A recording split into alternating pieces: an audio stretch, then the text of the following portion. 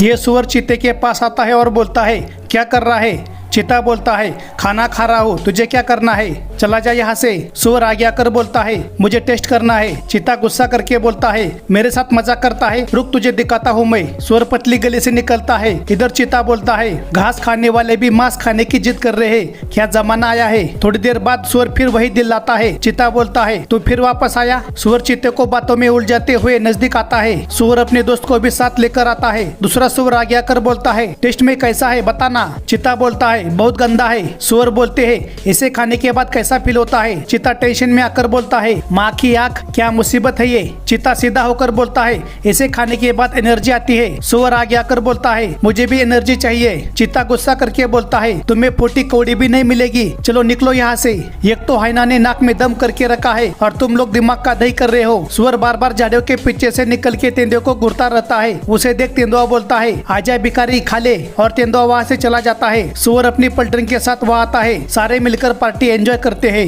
पानी में फंसे इस गेंडे को पकड़ने के लिए दो शेर आगे आते हैं। पैर फिसलने से गेंडा ऊपर नहीं आ सकता। यह देख ये शेर कुछ ज्यादा ही एक्साइटेड होकर गेंडे को पकड़ने की कोशिश करने लगता है, लेकिन गेंडा उसे अपने सिंग दिखाकर डराने की कोशिश करता रहता है। कीचड़ ज्यादा होने से गेंडा ऊपर आने में फेल हो रहा था। वह जितनी कोशिश करता उतना पानी में फिसलता। धीरे धीरे गेंडा थकने लगता है। गेंडे को कैसे पकड़े इसके बारे में शेर प्लान बनाने लगते हैं। तभी ये शेरनी गेंडे को पकड़ने के लिए राइट साइड से आगे बढ़ती है। गेंडा तुरंत उसकी तरफ गुस्से से देखता है। शेरनी झट से पीछे हटती है। तभी ये शेर शेरनी को बोलता है, ज्यादा जल्दबाजी मत कर, दिमाग से काम ले। फिर वही शेर दूसरे शेर को बोलता है, तो गेंडे का ध्यान बटा, मैं उसे पीछे से दबोचता हूँ। शेर जैसे ही गेंडे को पकड़ने के लिए आगे जाता है तो दूसरा शेर भी उसके पीछे पीछे आता है। वह गेंडे को पकड़ने का क्रेडिट अपने नाम करना चाहता है। वह जैसे ही गेंडे को पकड़ता है तो गेंडा पानी से बाहर आता है और उसी शेर के पीछे लगता है जिसने उसे पकड़ने का प्लान बनाया था। गेंडा मैदान में आकर शेरों को ललकारता है और बोलता है, हिम्मत है तो पकड़ कर दिखाओ मुझे।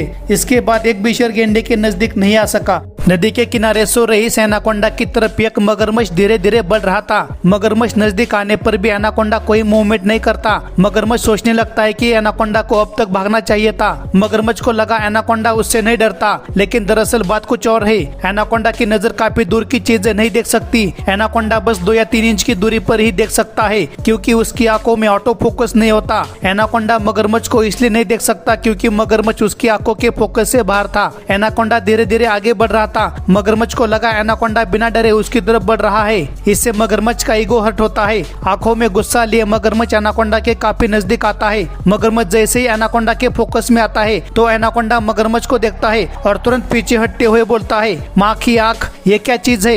एनाकोंडा जैसे ही भागने लगता है तब मगरमच्छ हरकत में आता है, लेकिन मगरमच्छ उसे कुछ नहीं करता। एनाकोंडा डर गया, यही मगरमच्छ के लिए बहुत है। एनाकोंडा बाईपास का रास्ता पकड़कर आगे बढ़ता है। अपनी दहशत बरकरार है, यह सोचकर मगरमच्छ पानी में चला जाता है।